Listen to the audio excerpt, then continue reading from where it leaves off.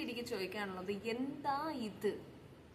ഇത്രയൊക്കെ നമ്മൾ ആർഭാടങ്ങൾ ആൾക്കാർക്ക് മുന്നിൽ കാണിക്കണം എന്ന് അത്യാവശ്യമുണ്ടോ? ഈ കാണിക്കുന്ന സമയത്ത് ഇവരൊന്നും എന്താ ചിന്തിക്കാത്തത്? ഇവരൊക്കെ കാണിക്കുന്നതിന്റെ കാരണം സാധാരണക്കാരാണ് ഇതിൽ കൂടുതലും എന്താ പറയുന്ന പെട്ടുപോകുന്നത്. ഇവരുടെയൊക്കെ കാരണം ഈ വരുന്ന ചെക്കന്മാർക്ക് ഡിമാൻഡ്സ് കൂടുന്നതിന്റെ റീസൺ അതാണ്. ഈ ഡൗറി സിസ്റ്റം ഇന്നും നമ്മുടെ നാട്ടിൽ നിന്ന് പോവാത്തതിന്റെ റീസൺ മെയിൻ ആയിട്ട് ഇതുപോലത്തെ കുറെ ആൾക്കാരാണ്. സീരിയസ്ലി ഇല്ലപ്പാ, നമ്മുടെ അടുത്തൊന്നും ഇല്ല, അതുകൊണ്ട് ഇല്ലാത്ത പോലെ നടക്കും. ഇനിയിപ്പോ ഉണ്ടെങ്കിൽ പോലും അത് നമ്മൾ ഇങ്ങനെ ഇതുപോലെ സീരിയസ്ലി ഇതൊന്നും അല്ല, ഇതിന്റെ മേളിലും ചെയ്തവരുണ്ട്, ഇല്ലാന്ന് ഞാൻ പറയുന്നില്ല. പക്ഷെ ഇത് എനിക്കിപ്പോ ഈ കാണാനിടയായി. ഞാൻ ഓൾറെഡി റീസെന്റ് നടന്ന വിഭജിക്ക കേസിൽ, വിഭജിക്ക മാത്രമൊന്നുമല്ല കുറേ പേരുണ്ട് ഈ ആത്മഹത്യ ചെയ്യുമ്പോൾ അവരെ കുറിച്ചിട്ടുള്ള വാർത്തകൾ പുറത്തു വരുന്നു, അത്രയേ ഉള്ളൂ. പക്ഷേ കുറേ ആൾക്കാരുണ്ട് ഇന്നും ജീവനോടെ ഇരിക്കുന്നുണ്ട്, പക്ഷെ ഇതുപോലത്തെ പല വാക്കുകൾ കൂടിയും പല കാര്യങ്ങളും കൂടിയും കടന്നു പോയി വിഷമിച്ചിരുന്ന കാലങ്ങൾ അവർക്കും അവരുടെ ലൈഫിൽ ഉണ്ടായിട്ടുണ്ട്. പക്ഷെ അവരെയൊന്നും ടോർച്ചർ ചെയ്തിട്ടില്ല. മേ ബി ടോർച്ചർ ചെയ്തിട്ടുണ്ടെങ്കിൽ പോലും അവരൊക്കെ പലവരും ടോർച്ചർ ചെയ്ത് പെട്ടിട്ടില്ല, കുത്തുവാക്കുകൾ കേൾക്കേണ്ടി വന്നിട്ടുണ്ട് അവർക്ക്. പക്ഷെ ചിലവരെ ടോർച്ചർ ചെയ്തിട്ടുണ്ടെങ്കിൽ പോലും അവരെങ്ങനെയൊക്കെയോ അവരുടെ ലൈഫിൽ തിരിച്ചു വന്ന് അവർ ജീവിച്ചിട്ടുണ്ട്. ഞാൻ പറയുമ്പോൾ മരണം എപ്പോഴും ഒരു കാര്യത്തിന് സൊല്യൂഷൻ അല്ല. മരിക്കാൻ എളുപ്പമാണ്, ജീവിക്കാനാണ് പാടെന്ന് പറയുന്നത്. അതേപോലെ തന്നെയാണ് നമ്മൾ ജീവിച്ചു കാണിക്കണം. ആര് എന്ത് പറഞ്ഞാലും നമ്മൾ അവരുടെ മുന്നിൽ ജീവിച്ചു കാണിക്കണം. ഈ ആൾക്കാര് പലവരും, ഞാൻ പോലും കേട്ടിട്ടുണ്ട്, എൻ്റെ അടുത്ത് പോലും പല ആൾക്കാർ വന്ന് പറഞ്ഞിട്ടുണ്ട്, ഞാൻ ഇത്ര കൊടുത്തു, എനിക്ക് ഇത്ര കിട്ടി, അവരത്ര കൊടുത്തു, അവർക്ക് ഇത്ര കിട്ടി എന്ന് പറയുമ്പോൾ ഈ ഇത്ര 0.01% പോലും നാണം നിങ്ങൾക്ക് തോന്നാറില്ല ഇത് പറയുമ്പോൾ?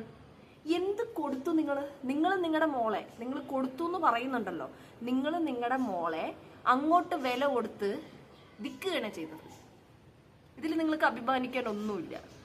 ഓക്കെ, അതേമാതിരി തന്നെ ഇങ്ങോട്ട് കിട്ടിയെന്ന് നിങ്ങൾ പറയുന്നുണ്ടല്ലോ, നിങ്ങൾ പൈസ ഇങ്ങോട്ട് മേടിച്ച് ആ പെണ്ണിന്റെ വിലക്ക് വാങ്ങിക്കുകയാണ് ചെയ്തത്. അഭിമാനിക്കരുത്, അതിൽ അഭിമാനിച്ചിട്ട് ഒരു കാര്യവുമില്ല. എന്താന്ന് വെച്ചാന്നല്ലേ, സ്വന്തമായിട്ട് സമ്പാദിക്കാൻ കഴിവില്ലാത്തവനാണ് അങ്ങനത്തെ തരത്തിലുള്ള ഭർത്താക്കന്മാര്. ഞാൻ അത്രയും മനസ്സിലാക്കും. ആ വീട്ടുകാരും ആ ഭർത്താക്കന്മാരും ആ ആണുങ്ങളും സ്വന്തമായിട്ട് അവനവന്റെ അധ്വാനത്തില് പണമോ പൈസയോ അല്ല പണമോ സ്വർണമോ വീടോ സാധനങ്ങളോ വാങ്ങിക്കാൻ കഴിവില്ലാത്ത ആണല്ല എന്ന് പറയാം. എന്നോട് ചിലവര് പറഞ്ഞിട്ടുണ്ട്, അവരൊക്കെയാണ് ആണായാൽ ഇങ്ങനെ ആവണം, ആണായാൽ അങ്ങനെ ആവണം, രണ്ടടി അവൾക്ക് കൊടുത്തു കഴിഞ്ഞാൽ അങ്ങനെ ആവണമാണ്. എക്സ്ക്യൂസ് മീ, ഈ ആണെന്ന് പറയുന്ന വർഗത്തിന് മാത്രമല്ല കയ്യും കാലും കൊടുത്തിരിക്കുന്നത്. പെണ്ണ് അടിക്കാത്തതിന്റെ റീസൺ ആ പെണ്ണിന്റെ കയ്യിന് കരുത്തില്ലാത്തതോ അല്ലെങ്കിൽ ആ പെണ്ണ് വീക്കായോണ്ട് മാത്രമല്ല. അതിന്റെ മെയിൻ റീസൺ പെണ്ണിന് അങ്ങനത്തെ സംസ്കാരം ഇല്ല. ചെറുപ്പം തൊട്ട് പെണ്ണിനെ അടിച്ചമർത്തുക തന്നെ ചെയ്തിരിക്കുന്നത്.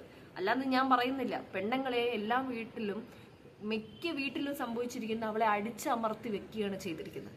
പക്ഷേ അവൾക്ക് കൈയില്ലായ്മയൊന്നുമല്ല, അവള് കൈ പൊക്കിയ ആണിന്റെ ആണത്തെ മുന്നിൽ കാണാം.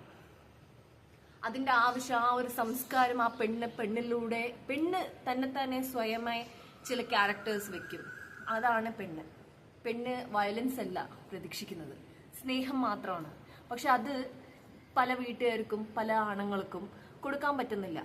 ഇതുപോലെയൊക്കെ ഇപ്പൊ ഞാൻ കാണിച്ച വീഡിയോയിൽ പോലെയൊക്കെ ഇട്ടിട്ടൊക്കെ വരികയാണെങ്കിൽ do you think you will be happy in that house? Seriously no, you will never be. നീ കുറെ പൈസയോ നീ കുറെ സ്വർണങ്ങളോ ആ വീട്ടിലോട്ട് കൊണ്ടുപോയി കൊടുത്തിട്ട് നീ ജീവിതകാലം മൊത്തം സന്തോഷമായി ഇരിക്കണം എന്ന് ഒരു ഉറപ്പുമില്ല. പല വീടുകളും ഞാൻ കണ്ടിട്ടുണ്ട്. വാരിക്കോരി കൊടുത്തതിന് ശേഷം പോലും ആ വീട്ടിൽ ദുരിതത്തിനെക്കാട്ടിലും എന്റെ ദൈവമേ, വല്ല വീട്ടിൽ ജോലിക്കാരിയായിട്ട് ജീവിക്കുകയാണെങ്കിൽ അതിനെക്കാട്ടിലും മാനമര്യാദത്തോടെ ജീവിക്കാം. അതിനേക്കാട്ടിലും മോശമായ സ്ഥിതിയിൽ ആ ആണിന്റെ വായിലുള്ള തെറികളും, അടിക്കുന്നവനാണെങ്കിൽ അടിയും, കുടിക്കുന്നവനാണെങ്കിൽ കുടിച്ചിട്ടും അങ്ങനെയുള്ള ദുരിതങ്ങൾ അനുഭവിക്കുന്ന പല സ്ത്രീകളെ ഞാൻ എൻ്റെ ജീവിതത്തിൽ കണ്ടിട്ടുണ്ട്. അതുകൊണ്ട് ദയവ് ചെയ്ത് നിങ്ങൾക്ക് പണം കുറെ ഉണ്ടാവുമായിരിക്കും, ഇല്ലെന്നൊന്നും ഞാൻ പറയുന്നില്ല. നിങ്ങളുടെ മോൾക്ക് കൊടുക്കേണ്ടത് നിങ്ങളുടെ അവകാശം തന്നെയാണ്. ഞാൻ ഒരു ചോദ്യവും ചെയ്യുന്നില്ല. പക്ഷേ നിങ്ങൾ നിങ്ങളുടെ മോൾക്ക് കൊടുക്കുകയാണെന്നുള്ള പേരിൽ ഈ ആർഭാടങ്ങൾ നിങ്ങൾ മറ്റുള്ളവരുടെ മുന്നിൽ കാണിക്കുന്നില്ലേ? അതാണ് നിങ്ങൾ നിർത്തേണ്ടത്.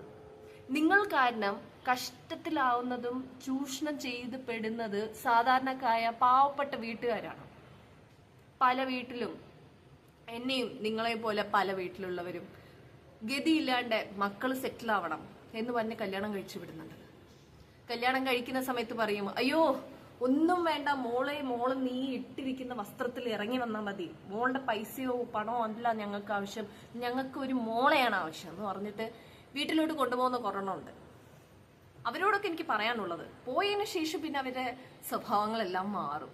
അത് കഴിഞ്ഞ് അവർക്ക് പിന്നെ അവർ കൊടുത്തതിനെ കുറിച്ചിട്ടും കിട്ടിയതിനെ കുറിച്ചിട്ടും കിട്ടാത്തതിനെ കുറിച്ചിട്ടൊക്കെ ഉള്ള പരാതികളും പ്രശ്നങ്ങളുമാണ്.